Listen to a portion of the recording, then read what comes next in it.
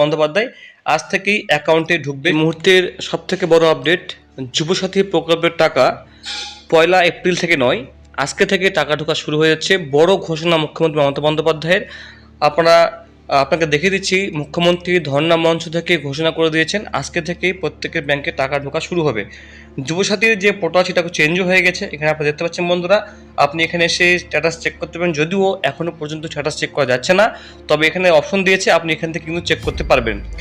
তো আরেকটা কথা হচ্ছে এখানে, সেটা হলো যেখানে যে প্রোগ্রামে সব কিছু দিয়ে দিয়েছে, এখানে আপনি হেল্পলাইন নাম্বারও পেয়েছেন। আপনার কোনো কোম্পানি থাকলে আপনি এখানে ইমেল বা ফোনও করতে পারেন। এবার দেখুন, আজকে ঝর্ণা মঞ্চ থেকে কিন্তু ঘোষণা করে দিয়েছেন আজকে থেকেই কিন্তু যুবসাথীর যে 1500 টাকা ভাতা দেওয়ার কথা রয়েছে বেকারদের জন্য, সে টাকাটা কিন্তু ঢোকা আজকে থেকে শুরু হয়ে যাচ্ছে। আজ থেকেই ব্যাংক অ্যাকাউন্টে বেকার ভাতা। ধর্ণা মঞ্চ থেকে বড় ঘোষণা মুখ্যমন্ত্রী মমতা বন্দ্যোপাধ্যায়ের।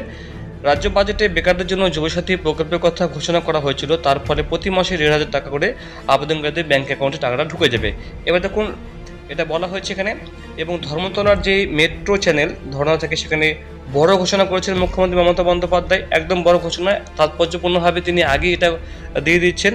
স্বাভাবিকভাবেই খুশি বেকার যুবক যুবতীরা। 26-এর বিধানসভা ভোটের মুখে তার এই ঘোষণা যথেষ্ট তাৎপর্যপূর্ণ, সে বিষয়ে কোনো সন্দেহ নেই।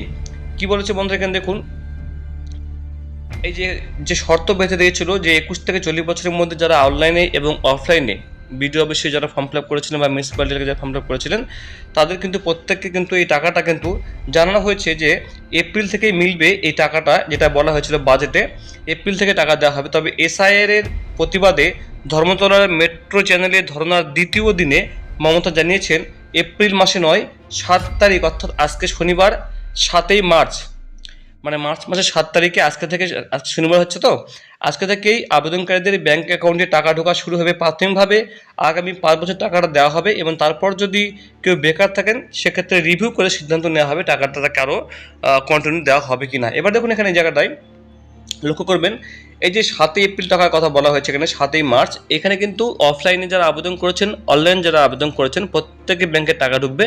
দুটো বলা হয়েছে এখানে, একটা বলা হচ্ছে ডিবিটির মাধ্যমে, একটা বলা হচ্ছে অ্যাকাউন্টের মাধ্যমে। যারা যে ব্যাংকে অ্যাকাউন্ট নাম্বারটা দিয়েছেন সেই ব্যাংকে যে আপনার টাকা ঢুকবে এমন কোনো ব্যাপার নয়। যদি ডিবিটির মাধ্যমে টাকা দেওয়া হয়ে থাকে সেক্ষেত্রে আপনার অন্য ব্যাংকেও টাকা ঢুকতে পারে। যদি ডিবিটির মাধ্যমে বা আধার পেমেন্টের মাধ্যমে দেওয়া হয়ে থাকে সেক্ষেত্রে কিন্তু টাকাটা আপনার কিন্তু ডাইরেক্ট বেনিফিট ট্রান্সফারের মাধ্যমে অন্য ব্যাংকে ঢুকতে পারে। আর যদি ব্যাংকের অ্যাকাউন্ট যে নাম্বার দেওয়া হয়েছে আপনার, সেই ব্যাংকে টাকা ঢুকে, সেক্ষেত্রে আপনার সেই ব্যাংকের টাকাটা কিন্তু ঢুকে যাবে। আজ থেকে টাকা দেওয়ার প্রসেস শুরু হচ্ছে, মানে প্রত্যেকের ব্যাংকে টাকা ঢোকা শুরু হবে। প্রতিটা জেলায় কিন্তু টাকাটা ধাপে ধাপে সবার ব্যাংকে টাকাটা ঢোকা শুরু হয়ে যাবে। যদি কারো টাকা না ঢুকে থাকে বা না ঢুকছে, সেক্ষেত্রে আপনি কিন্তু বিডিও অফিসে গিয়ে আপনি কিন্তু কমপ্লেন করতে পারবেন, বা আপনি যে রিসিপ্টটা নিয়েছেন সেই রিসিপ্টটা দেখালে কিন্তু সেটা কিন্তু ওরা আপনার এন্ট্রি করে দিবে। সেটা ক্ষেত্রে আপনার কিন্তু আবার টাকা ঢোকা শুরু হয়ে যাবে। তো এই যে বন্ধুরা অফিসিয়াল ব্যানার, এখান থেকে কিন্তু বড় ঘোষণা করেছে মুখ্যমন্ত্রী মমতা বন্দ্যোপাধ্যায়, আজ থেকেই অ্যাকাউন্টে ঢুকবে যুবসাথীর টাকা। মানে আজকে শনিবার 7ই মার্চ, আজকে থেকে টাকা ঢোকা শুরু হয়ে যাচ্ছে যুবসাথীর। ঠিক আছে, যদি না ঢুকে থাকে সেক্ষেত্রে পরবর্তীতে আপনাকে বলে দেবো কী